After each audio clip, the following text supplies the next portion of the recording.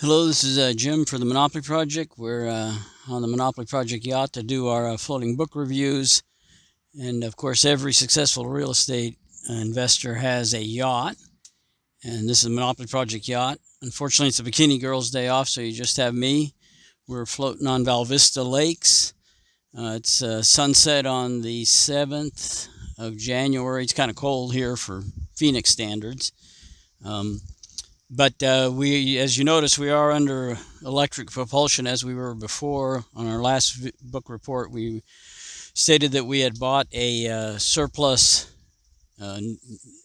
Navy nuclear aircraft propulsion system on eBay, and we were going to install it. Turns out there's a bylaw in the HOA for Val Vista Lakes that you cannot use nuclear propulsion on the lake. So we had to resell it on eBay, but I actually made a profit. We resold it. The European Union has just declared that nuclear energy is now green. And so Ireland bought the propulsion system. They plan to strap it to their island, and they plan to get away from England, their hated historical enemy, and they're going to propel Ireland to the south coast of France off of Cannes, where they can gamble and drink to their heart's delight. So we wish Ireland luck with it. We did make a small profit, plus they gave us a case of Irish whiskey and a quart of Guinness. So we're well set. In any case, floating book review. We're here to review two books. The first one is Silver in the Stones, and let me see if I can do that, by Peter Grant.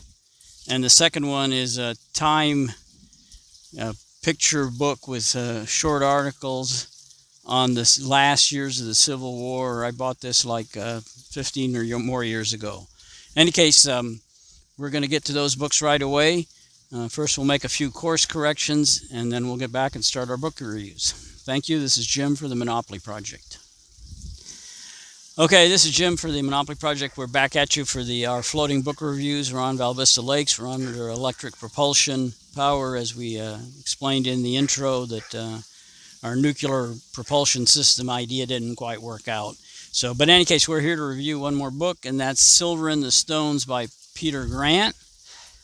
And I got this book on a recommendation off of Instapundit, which I read regularly. It's a great website if you want a summary of what's going on in the world, especially in politics, culture, and law, even science. It's got something for everybody. So it's my first stop on the way to the internet. So Peter Grant, I guess this is we got our dog friend here. Hi. This is the fifth book in the series. I have not read the first four books. The hero of the book is Walt Ames, and I almost didn't finish the book. The first two chapters are literally, the first chapter is Walt Ames's Mexican friends slash business partners are discussing what's going to happen in the book, basically, setting it up.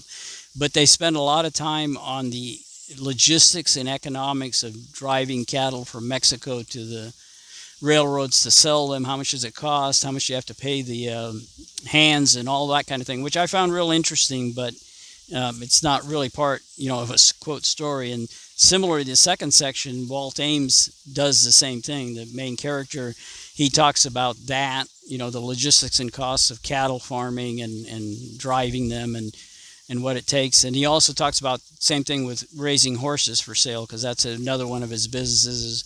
And the third business he runs is a freight business where he has wagons pulled by horses, or more usually oxen, where he's delivering freight. And of course, one of the issues in this book and in the series is the railroads are coming, and so of course the railroads are going to take over the big freight business. But he's smart enough to realize that if he can have the last mile of freight, which is going to be very lucrative. And we see that even now in the 2022 with Amazon, FedEx, and UPS, and even the post office is now in the last mile business. So anyway, I almost didn't keep reading after the first two chapters, because like I said, it's literally a discussion of the logistics and economics of farming. But I did keep going, and it turns out that Walt Ames is sort of like a Superman type character where he always wins all the battles and everything. I was immediately reminded of John Wick. If you've seen the John Wick stories, I find him as very interesting from a fantasy. John Wick is unstoppable. Nobody can stop him. When they send the whole underground criminal world against him, he tells his friend, "I'm going to kill them all, every single one." And of course, his friend says, "Yeah, I know you will, John," which of course he proceeds to do. But John Wick is driven by anger because his wife was murdered. Walt Ames' wife was murdered in one of the earlier books. I don't know which one. Like I said, I haven't read them. But he is not driven by anger over that. He is driven by doing the right thing and being a fair partner with his partners, and also he is remarried, and so all that. So they talk a lot about that. So like I said, it's sort of, and of course the greatest superhero ever is Jesus, who is motivated by love. And so, but it's a good book, but it's that kind of book where Walt Ames, basically you can guess that later and of course I'm going to give spoilers, so later his Mexican friends are ambushed, and one of them is killed and the other is crippled. And of course, to show Walt's character, he goes after the bad guys. He kills them all except for one guy who tells the story. One guy left over to tell the story of what they did. And then, of course, he finds a job in his organization for the guy who was crippled, who could still, do a lot of stuff, and he's got a lot of knowledge. But he finds a job that he can do successfully as a partner, not just as an employee. So anyway, that's sort of a setup for the title, Silver in the Stones. It's set in Colorado, I think. And of course, silver is, literally the silver metal, and there are a lot of discoveries of silver. And so Walt has several farms: the horse farm, the cattle farm, a couple others. But on one of them, they're assaying, and they find some silver content in the rocks and the stones. And so they go to assay it, and it comes out okay, but not worth exploiting. But anyway, eventually, as the story goes on, they do find it, and it turns out that he owns the smallest physical section of 3 properties, which are owned by 2 other guys. His is the smallest physically, but it has the highest concentration of silver. It's not economically viable for each of them to do it themselves, so they're going to combine together and mine together. And of course, somebody tries to kill Walt to get his claim, and so he even suspects the 2 guys on the side of him. He never does find out who did it, but they find some of the lower level people. But in any case, so they do go into a big discussion of the economics of silver mining. And the speculation. The stock market then was not regulated, so you could put up a stock, sell it, and then just go bankrupt and take the money. And so that's what he's worried about. So what he wants to do is he wants to make a deal with the 2 guys, set the thing up, and then sell his shares for cash. He refuses to take stock for the reason I just told, is because a lot of times, most of the time, the stock ends up worthless. So at the afterward, the author actually discusses why, the background of the story, and he gives an example of a mine very similar to the fictional one here, and that's where he got the idea, and that's where he has the background. But I guess I found and I don't want to argue with Peter Grant, because he probably knows a lot more about the subject than I do, but it turns out when he's doing when Walt is getting together with his partners, they agree that they're going to start mining silver on their own before they partner together, and whoever gets stuff off his property, all that money's his.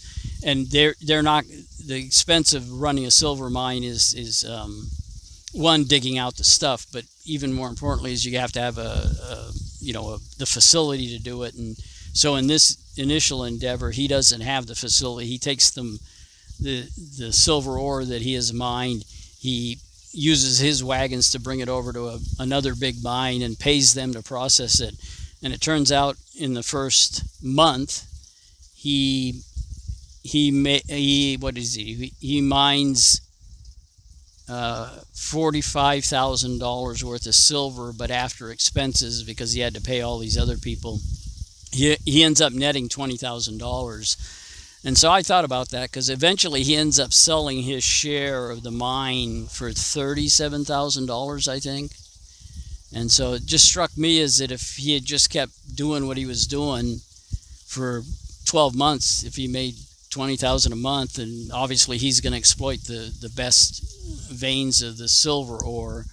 If he could make $20,000 a month just without doing anything, why wouldn't he just do that and make $240,000 in a year? That's way more than the 37 he sent. So I don't know. Maybe I'll email Peter Grant and ask him, why didn't he do that? It just seems like easy money. So anyway, so it's the 5th book in the series, Peter Grant. It is entertaining, especially if you're interested in those historical details, which I am, even though in the beginning it sort of turned me off. The 6th book has not come out, so I don't know. They've set a lot of things up, like I said, with his Mexican friend. They set up a lot of storylines in the future. Maybe we'll hear the silver mine really went bankrupt and there really wasn't as much silver there as everybody thought, or whatever. So I probably will read the 6th book when it comes out. I'm not sure I'm as interested in the story, the first 4 books, so I don't know that I would go back and catch up, start at the beginning and catch up. But like I said, it's an interesting book. And so again, it's Silver in the Stones by Peter Grant, and we will talk to you on the next Monopoly Project Floating Book Review. Thank you, everybody.